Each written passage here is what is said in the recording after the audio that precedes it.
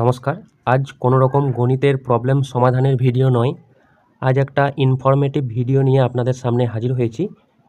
আপনারা প্রত্যেকেই জানেন যে বর্তমান সরকার দুয়ারে সরকার প্রকল্পের বদলে জনকল্যাণ শিবির বলে প্রকল্প চালু করেছেন, এবং আপনারা এটাও জানেন যে আগামী জুন মাসের 15, 16, 17 তারিখ আপনাদের নিজ নিজ ব্লক বা মিউনিসিপ্যালিটির এলাকায় ক্যাম্প হতে চলেছে।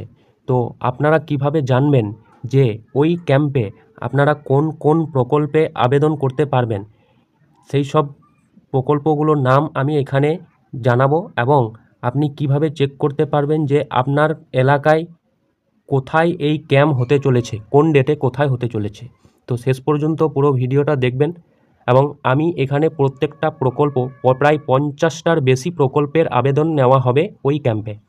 তো আপনার এলাকার কোথায় কবে ক্যাম্প হবে সেটা জানার জন্য আপনাকে প্রথমে আপনার ফোনের যে কোনো একটা ব্রাউজার ওপেন করে নেবেন।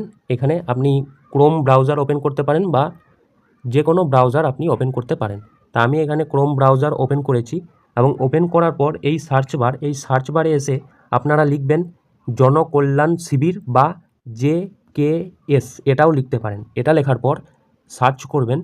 সার্চ করার পর আপনাদের সামনে এইরকম একটা ইন্টারফেস আসবে, এবং প্রথম যে লিঙ্ক অর্থাৎ গভর্নমেন্ট অফ ওয়েস্ট বেঙ্গল, তার নিচে দেখুন jks.wb.gov.in, জনকল্যাণ শিবির পশ্চিমবঙ্গ সরকার, এটাই ক্লিক করবেন।